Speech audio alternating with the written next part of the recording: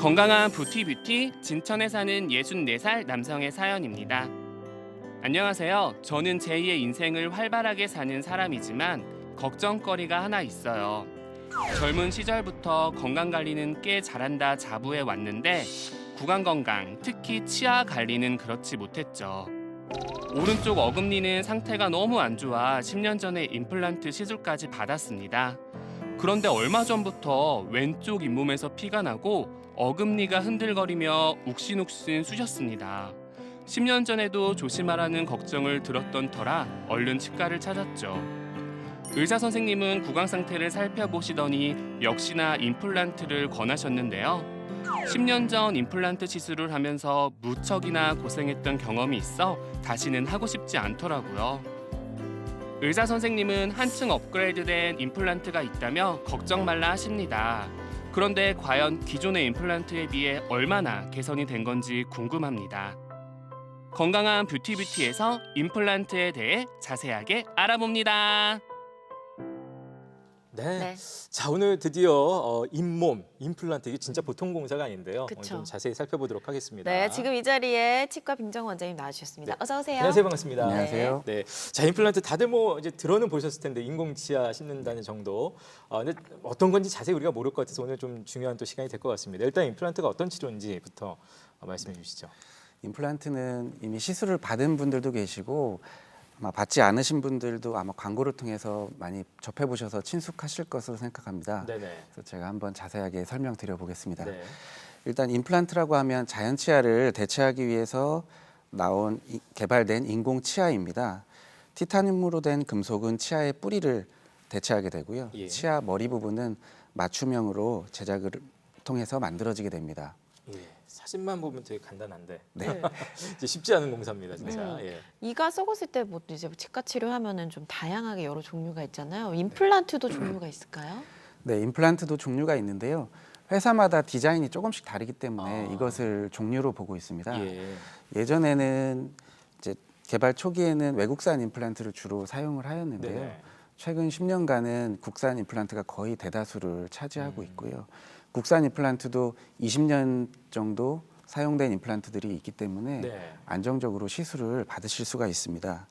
그리고 현재는 이제 임플란트 디자인이나 여러 기술들이 많이 진보되었고 표준화되었습니다. 예. 그래서 현재는 임플란트에 대한 어떤 개발보다도 조금 빠른 결과를 얻기 위한 방식으로 연구가 진행되고 있습니다. 아, 그렇군요. 네. 사실 임플란트는 이제 많은 분들이 치과 치료하다가 최후의 보루라고 생각하시는 분들이 많잖아요. 그런데 이 임플란트 치료는 어떤 경우에 하는지도 궁금해요. 임플란트는 발치를 하게 되면 어떤 경우든지 생각을 하게 되는 치료법입니다. 그래서 이제 발치를 시행하게 되면 여러 가지 일들이 일어나는데요. 네. 첫 번째로 발치한 치아 주변 치아들이 움직이게 되고요. 그래서 치열이 흐트러지게 됩니다. 예. 이런 치열의 부조화는 치아뿐만 아니라 턱관절에도 좋지가 않은데요. 발치를 시행하게 되면 빠르게 회복해주는 것이 우리 몸 전반적으로도 좋다고 볼 수가 있습니다. 네. 치아 발치라는 표현을 쓰셨는데 이제 치아가 그야말로 뭐 이제 상실된 경우에 네, 임플란트를 가장 먼저 떠올리겠습니다만 요즘은 그 자가 이식이라고 하나요? 그 자가치아 치료. 이식. 예, 자가치아 이식. 그것도 일단 그거부터 좀 잠깐 짚어보고 가고 싶네요. 그러니까 임플란트가 그 상실된 치아를 대체하는 금속 뿌리를 썼다면 예. 자가치아 이식이라는 것은 내 치아를 이용해서 이식을 하는 방법이죠. 그러니까 이론적으로만 보면 내 치아를 쓴다고 하니까 그게 더 좋을 것 같은데요. 예. 사실 보통 어금니를 빼게 되면 잘 사용하지 않는 사랑니를 빼서 옮기는 방법, 이런 방법들을 주로 사용을 했었고요. 네네. 근데 이제 성공률이 문제입니다. 성공률이 한 70% 정도, 이 정도인데 임플란트는 성공률이 한 95% 이렇게 나오니까요. 그러니까 비용이랑 시간이랑 노력 이런 것들을 다 봤을 때는 예, 예. 임플란트가 조금 더 좋다고 볼 수가 있습니다. 그래서 지금은 거의 이제 자가치아 이식은 많이 하지 않는 그래요? 추세라고 볼 수가 있습니다. 네. 사실 임플란트 치료도 이제 좀 장단점이 있을 것 같거든요. 네네. 설명 좀 해주세요. 사실 임플란트 가장 큰 장점은 주변 치아를 손상시키지 않는다는 것입니다. 예. 그래서 예전에는 브릿지라는 방법으로 해서 인접 치아를 깎아서 거기에 치아를 연결시키는 다리를 놓는 방식으로 치아를 수복을 많이 하였는데요. 네네. 이제 인접치아를 깎지 않고서 임플란트를 하게 되면 깎질 않기 때문에 인접치아가 똑같이 보존이 되는 거죠. 예. 그렇기 때문에 가장 큰 장점이 될 수가 있고요. 두 번째로는 잇몸뼈를 보존할 수가 있는 겁니다. 그래서 보통 임플란트 시술을 할 때 없어진 뼈가 있다면 이걸 이식까지 같이 하기 때문에 최대한 기존에 있던 것과 유사하게 보존을 할 수가 있다고 볼 수가 있습니다. 단점으로는 관리 부분인데요. 예. 임플란트 뿌리 자체가 원통형으로 좀 작습니다. 예. 그러니까 일반 어금니 사이즈보다 훨씬 작기 때문에 그러니까 잇몸 모양이 조금 달라질 수가 있고 그쪽으로 음식물이 끼거나 예. 예. 시술이 완료되었을 때 내 치아랑은 처음에는 조금 다른 감각이 느껴질 수도 있습니다. 그렇군요. 네네. 이 사연의 주인공처럼 임플란트를 할 때 뭐 염증이나 통증에 대한 걱정하시는 분들이 굉장히 많으시잖아요. 이를 개선할 수 있는 임플란트도 있을까요? 맞습니다. 최근에는 치료 경향은 환자분들이 편하게 치료를 받을 수 있는 방향으로 많이 가고 있다고 볼 네. 수가 있는데요. 수술이 무서워서 그리고 합병증이 걱정돼서 못 하시는 분들이 많이 있습니다. 그래서 주로 이제 편한 수술, 관리가 쉬운 방법으로 시술이 이루어지고 있는 추세고요. 네. 그래서 보통 요즘은 디지털 기술을 이용한 방법으로 많이 예. 개선이 이루어지고 있습니다. 지금 뭐 화면이 나오고 있습니다. 맞습니다.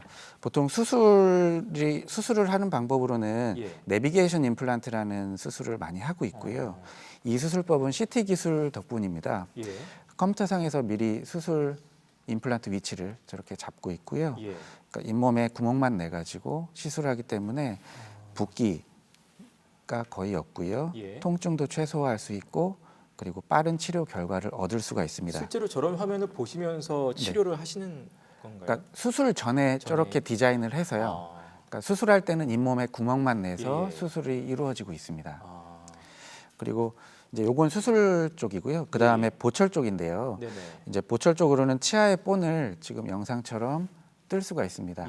예전에는 그러니까 고무로 된 재질로 본을 떴다면 그렇죠. 지금은 저렇게 짧은 시간 입안에서 스캐너로 이렇게 사진 찍듯이 스캔만 해준다면 환자분들이 편하게 본을 뜰 수가 있습니다.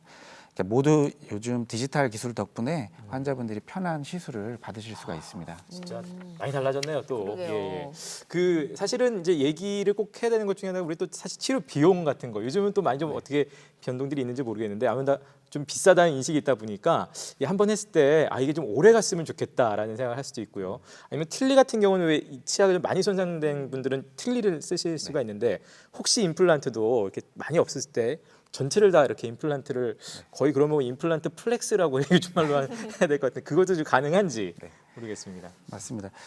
그러니까 임플란트도 수명이 있습니다. 수명이 있고요. 무리 없이 치료되고 구강 관리만 잘 된다면 10년 사용에는 거의 무리가 없을 것으로 판단을 하고 있습니다. 네.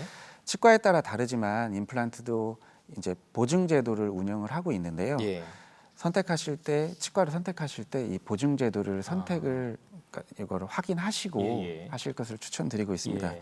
그러니까 말씀드렸던 것처럼 그러니까 치아가 하나도 없으신 분들 네네. 이런 분들도 임플란트를 요즘은 많이 하고 있습니다. 예전에는 이제 수술법이 최근에 많이 개선이 됐기 때문에 보통 치아가 하나도 없으면 이제 상악과 하악 이렇게 각각 해서 8개에서 10개 임플란트를 주로 시행을 하고 있고요. 임플란트를 하시면 내 치아를 다시 이렇게 가지실 수가 있습니다. 지금 화면에 나왔던 저 화면들은 이제 임플란트를 하나가 아니라 여러 개를 하시는 네, 분들의 맞습니다. 사진과 예, 맞습니다. 여러 개를 해서 전부 다 치아를 수복한 모습입니다.